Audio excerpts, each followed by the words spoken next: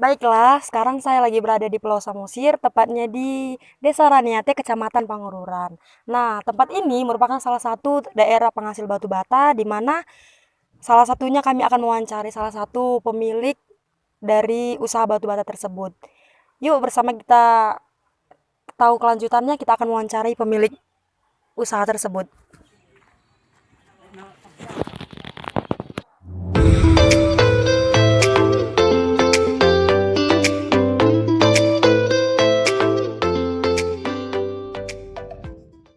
Nah, di sini saya sudah langsung bersama dengan owner kita. Bapak, selamat siang. Selamat siang, Dek. Bapak dengan nama siapa? Wismar Simbolon. Bapak Agus Semar Simbolon. Bapak ini merupakan pemilik dari usaha batu bata ini. Bapak, kami bisa mengajukan beberapa pertanyaan, soalnya ini tugas dari kampus kami. Apakah Bapak boleh mengizinkannya? Boleh, Dek. Oke, kita kembali ke pertanyaan. Pertama kali Bapak buat usaha ini, Bapak ada terinspirasi bikin nama apa? Nama usaha ini ada nggak namanya gitu? Ada, Dek, usaha kilang batu bata. Usaha kilang batu bata. Oh. Udah berapa lama nih usahanya Bapak? Kira-kira 3 tahun, Dek. 3 tahun. Iya. 3 tahun ini di desa apa? Raniate ya? Bisa Ranate. Oh. Jadi Bapak kemarin waktu membuat usaha ini membutuhkan modal kan? Ya kan Pak? Gitu kan, Dek. Modalnya dari mana ya Pak? Kalau boleh saya tahu. Dari orang tua, Dek. Dari orang tua, nggak ada gitu modal dari tambahan lain, entah dapat pinjaman dari bank atau koperasi. Ada, Dek, dari pinjaman dari bank. Oh, dari bank. Kemudian waktu Bapak membuka usaha ini, apakah ada mengalami kesulitan gitu atau kendala dari tempat tersebut, tempat ini? Enggak ada, Dek. Nggak ada kendala ya? Enggak ada. Oh, berarti tempatnya, daerahnya, lingkungannya bagus ya? Iya, Dek. Oh, mantap kalau begitu Bapak. Kemudian selama menjalankan bantuan nih, sekarang kan di masa pandemi, ada nih pemerintah bikin bantuan kayak bantuan UMKM kan? Ini termasuk UMKM juga kan Bapak? Bapak ada terima bantuan UMKM nggak dari pemerintah? Enggak ada, Dek. Nggak ada ya. Berarti masih dari modal Bapak sendiri. Iya, Dek. Oh. Kemudian dalam ini kan ada nih, setelah barang-barangnya laku, Bapak ada buat pembukuan nggak? Ada, Dek. Pembukuan itu seperti apa Bapak? Misalnya dalam catatan keuangan di buku gitu dibuat, atau dalam buku kas gitu? Ada, Dek. Ada. Oh, ada buku kasnya. Kemudian pertanyaan selanjutnya kan Pak, bagaimana pengolahan modal kerja yang diterapkan oleh Bapak agar seluruh aktivitas usaha Bapak ini bisa berjalan dengan baik? Bisa Bapak jelasin? Bisa, Dek. Coba Pak. Saya minjam dari bank. Ya. Tambahannya dari tabungan saya, Dek. Itu aja Bapak. Iya, Dek. Jadi biar modal Bapak ini berjalan dengan lancar, Bapak tambahin dengan tabungan Bapak ya? Iya, Dek. Oh. Kemudian yang terakhir ya Pak, upaya apa yang Bapak lakukan agar usaha Bapak ini dapat berjalan dengan baik gitu? Saya, Dek, buka cabang satu lagi, Dek. Buka cabang itu di mana Pak? Di atas, Dek.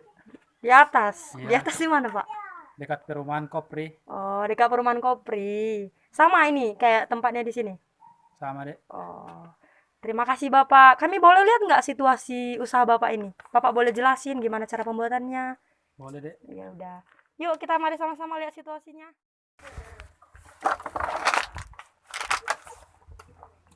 Inilah buat-buatannya, Dek. Inilah mesinnya. Jadi nanti ini dicetak ya Pak, dibentuk jadi Iya. petak-petak gitu. Iya, Dek. Oh. Kalau ini namanya batu basa. Batu basa ini. Kalau penjemuran di sinilah. Di mana Pak? Ini, Dek.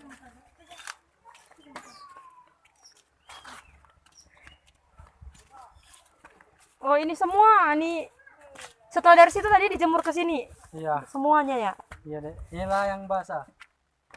Berapa batas hari penjemurannya Pak? Sampai batunya kering. Enggak tentu. Kalau musim hujan dia maunya 3 minggu. Kalau udah kering inilah. Terus kalau udah kering, Inilah udah kering. masih ada prosesnya lagi ya Pak? Masih ada, Dek. Diapain Pak? Dibakar. Dibakar. Setelah dibakar, tempat yang kita wawancara tadi itu tempat pembakarannya. Iya. Oh, jadi setelah dibakar nanti dia berubah warna jadi kuning. warna kuning. Kemudian udah jadi di batu batanya. Udah. Oh, oke. Baiklah, terima kasih. Kami udah wawancarai Bapak Gusmar Simbolon. Bapak ini telah menjelaskan bagaimana proses pembuatan batu bata, bagaimana pemodelan usahanya, bagaimana usahanya bisa terbentuk. Kita sudah mengetahuinya. Sekali lagi terima kasih Bapak atas kerjasamanya. Iya, terima kasih, Bapak Dek. mau diwawancarai oleh kami. Sekali lagi terima kasih ya Pak. Iya, sama-sama, Dek.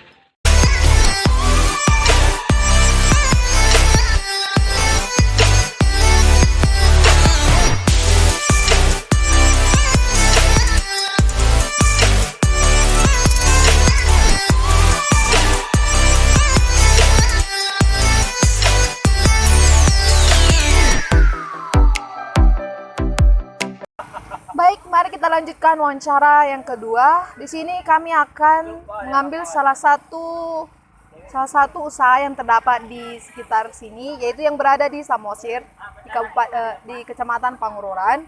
Di sini kita akan memilih salah satunya, yaitu mari kita lihat.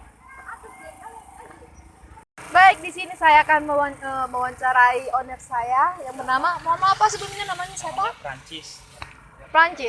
Oh, namanya Bapak Prancis. Oke, Pak. Selanjutnya saya ingin memberikan pertanyaan. Bapak boleh jawab ya kan, Pak? Oke, pertanyaan yang pertama itu yaitu apa nama usaha yang Bapak jalankan saat ini? Jual Popeyes. Terus, Pak, hanya itu. Ya, ada sosis, nugget, goreng. Kalau secara keseluruhan itu Bapak apa namanya? Bapak berikan nama usaha kayak gitu. Namanya Tansis Ice namanya. Apa? Tansis Ice. Francis Ice. Oh. Nah, untuk yang kedua itu sudah berapa lama usaha Bapak ini berjalan? Oh, baru 1 tahun lebih kurang. 1 tahun. Wah, lama juga. Oke, yang ketiga ini Pak. Ini berasal dari mana sih modalnya untuk Bapak ini usaha? Ya, modal dari tabungan sendiri aja. Dari mana Pak? Tabungan sendiri. Dari Itu kira-kira kalau diperkirakan berapa itu Pak? sekitar ya lebih kurang 1 juta lah. 1 juta. Banyak juga ya. Iya. Aku aja sampai loh 5 juta. Enggak, canda-canda.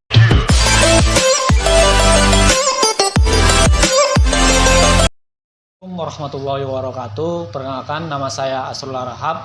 Saya perwakilan dari kelompok 7 tugas pengantar ekonomi. Baik, pada kesempatan kali ini saya akan mewawancarai yaitu Abang Anda Rifai Saragi. Dalam sini Abang Andi mempunyai usaha yaitu percetakan.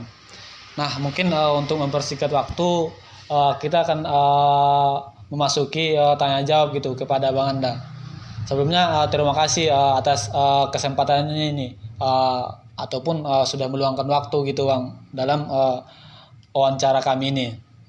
Nah, pertanyaan pertama yaitu usaha Bang ini sudah Oh, boleh. Perkenalan pun boleh supaya kawan-kawan lebih kenal gitu. Silakan, Bang. Iya, Bang. Baik, Assalamualaikum warahmatullahi wabarakatuh. Perkenalkan kawan-kawan, nama aku Muhammad Rifai Saragi. Sekarang berkuliah di Politeknik Negeri Medan angkatan 2018 program studi dari mesin. Oke, baik. Terima kasih.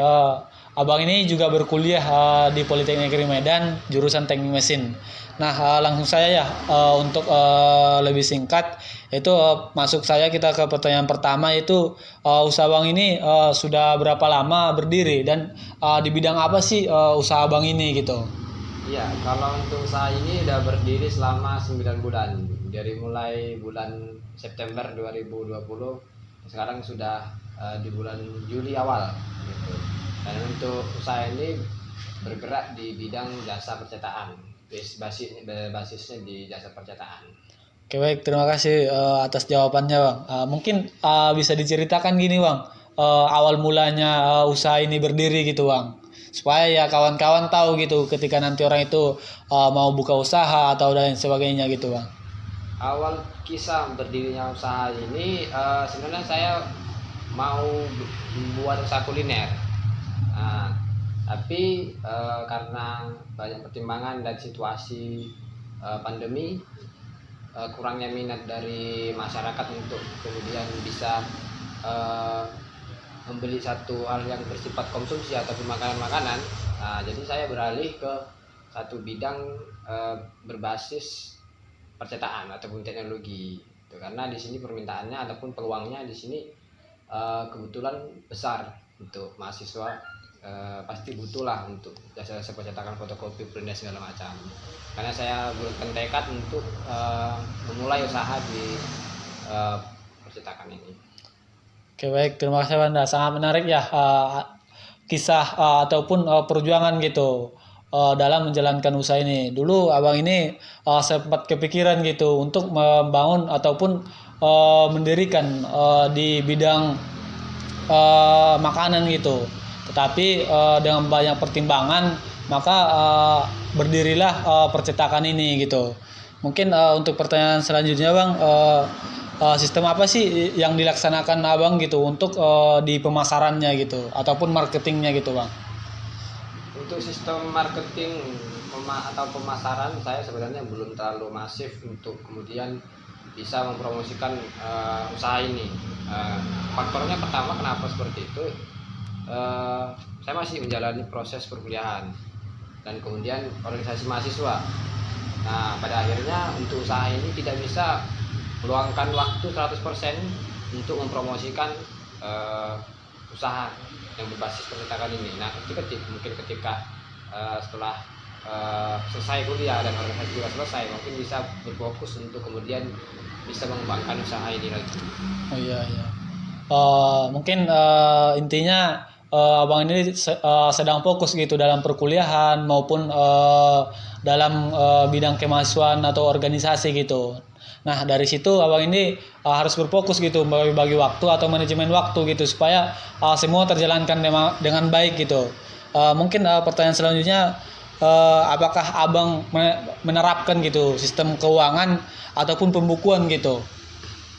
Ya, kalau untuk usaha ini, kalau satu usaha tidak memiliki sistem keuangan, pastilah usaha itu bisa dikatakan sakit ataupun tidak berjalan dengan lancar, karena seorang pemimpin usaha itu nggak mengetahui bagaimana arus keluar dan arus masuk dari usahanya, bisnisnya gitu. Jadi sangat penting sekali untuk satu bidang bisnis, bidang usaha ini memiliki laporan keuangan gitu. Kalau untuk UMKM seperti ini sederhana saja dibuat untuk laporan ini per bulan gitu. Berbeda dengan perusahaan besar yang laporannya mungkin bisa per tahun ataupun per periode gitu. Kalau ini khususnya saya buat laporan per bulan untuk laporan keuangan.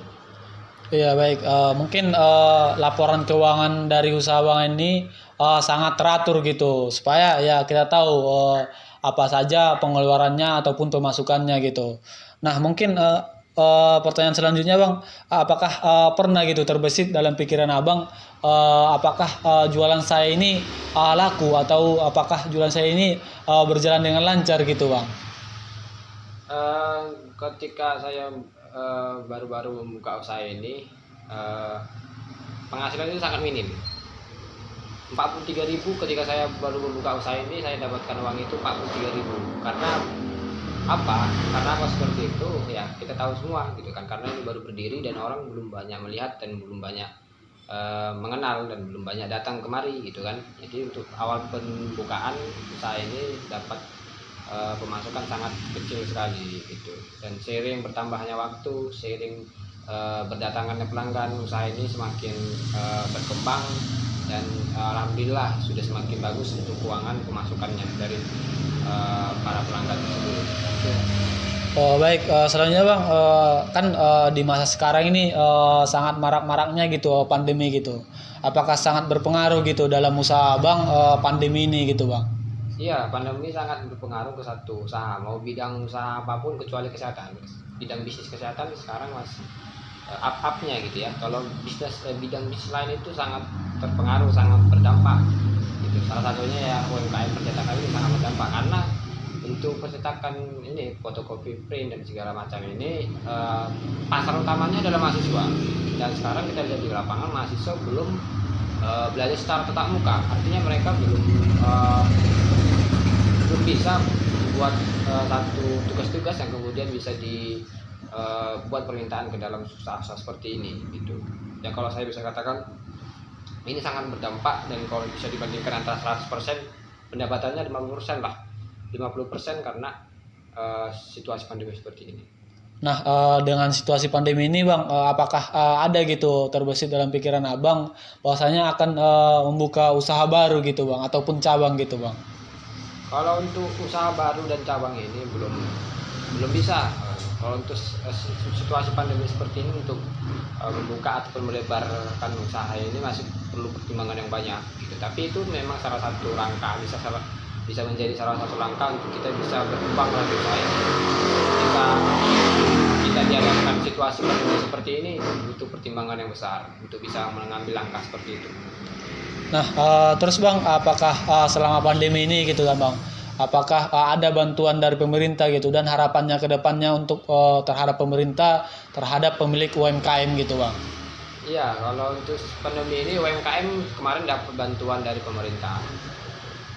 Dan harapannya untuk pemerintah ini mungkin untuk bantuan ini lebih dinaikkan lagi lah, intensinya lebih dinaikkan lagi dari jumlah harga yang sebelumnya. Baik Bang, mungkin pertanyaan terakhir lah ini Bang, mungkin boleh dong Bang dikasih tips-tipsnya ataupun trik-triknya gitu terhadap kawan-kawan, terkhususnya mahasiswa Politeknik Medan gini, bahwasanya ketika orang itu mau membuka usaha baik di bidang apapun, supaya mereka bisa gitu menghadapinya gitu dengan di era sekarang ini gitu Bang.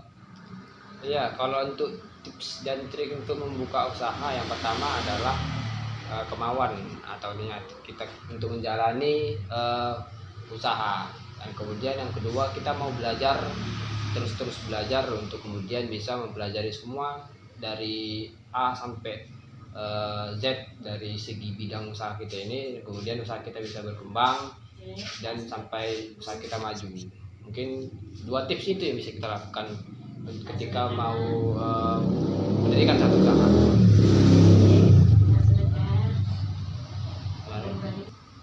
Baik, mungkin secara singkat itu tips-tipsnya gitu kawan-kawan, buat kawan-kawan yang mau membuka usaha baru gitu. Mungkin cukup sekian hasil wawancara kami pada hari ini. Sebelumnya terima kasih Bang atas waktunya. Sekian, Assalamualaikum warahmatullahi wabarakatuh.